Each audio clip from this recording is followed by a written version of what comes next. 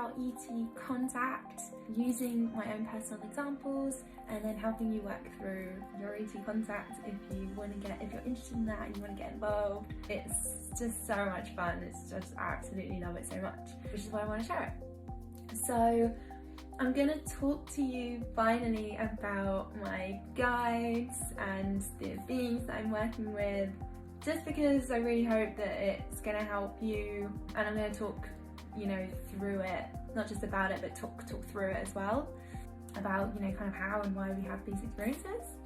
So firstly, I have a Pleiadian consciousness that I work with, and they are like a 7th dimensional group consciousness. So that means that they're coming from, a very fully integrated place. They see things from a much higher perspective. So they're the ones who are always kind of telling me, stay humble. They're always kind of putting my ego in check. Oh, and I can feel them coming in now. It's so funny.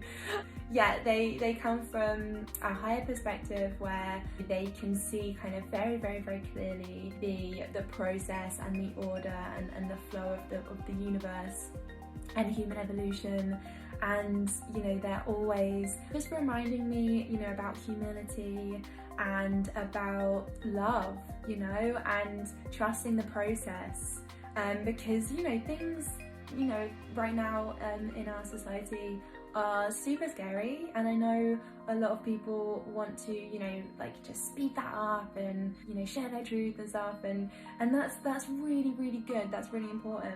Just one of the elements of that is this all really comes down to the spiritual work, right? The spiritual development. And once you connect with those beings who are of a much kind of greater consciousness, it's also really important to understand their perspective, because I kind of feel myself very much in conflict with my 7th dimensional Pleiadian self.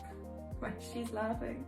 It's because I'm kind of here, this multi-dimensional part of me, this self that's kind of incarnated into this human avatar, is very emotional. Like, I get so emotional. I get very wrapped up in this world, and what's happening, what's going on, and I get very upset and angry, and as we all do.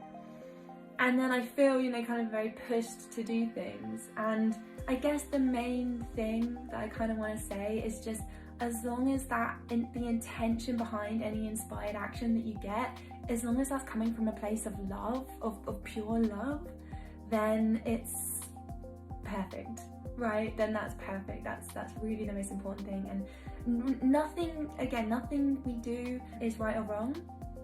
It's just part of the human experience, and that self-discovery, that journey of self-discovery.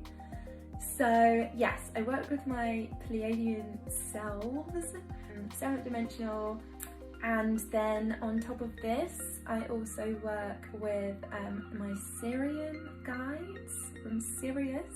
So they've given me a lot of energy about my past lives and kind of what's happened in galactic history. A lot of energy that they put into me is around just kind of like remembrance, just helping with the kind of natural process of evolution.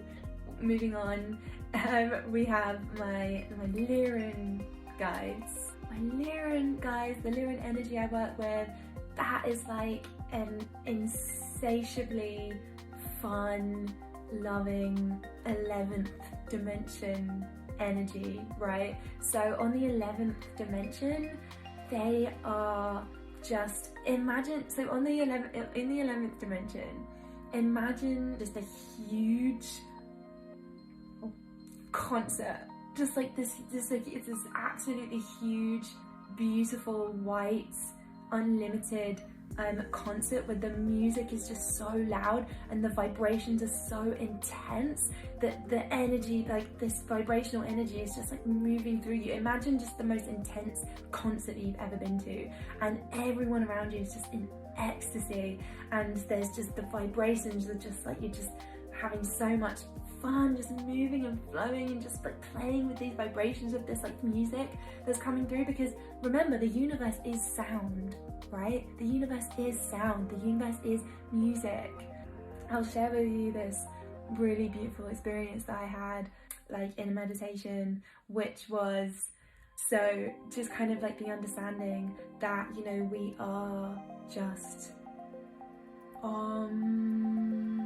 you know, like that is the universe, and each of us is our own just this beautiful sound. We're each of us this beautiful infinite sound, and together we kind of co-create this incredible symphony. Imagine just the most beautiful music, the most beautiful symphony you've ever heard. That's all of us creating this incredible universe that we're in, just this wonderful music, just this beautiful infinite symphony, the most beautiful music you've ever heard. And each of us are like a note or a tune, you know, playing in this unlimited, multi-dimensional, fantastic, infinite universe that we can't really get our head around. So that was just a really nice thought and understanding that kind of came in when I was doing some meditation. So yes, I've got my Lyran guides, you know, from the 11th dimension, my Pleiadian guides from the 7th dimension, and you know, each of these guides, each of these selves, they are other versions of my multidimensional self that I'm accessing. They each have very different perspectives that I can use, and that's very, very, very helpful for me in navigating this reality. That's why I connect with them, and that's why I love them so much, because they help me, they give me different perspectives, they teach me, they show me, you know, these much higher zoomed out perspectives of what's actually going on in this reality, and it really just allows me to just really let go and just be more in flow with this reality, and, you know, not letting go of my need to control this reality, because it just absolutely cannot be controlled.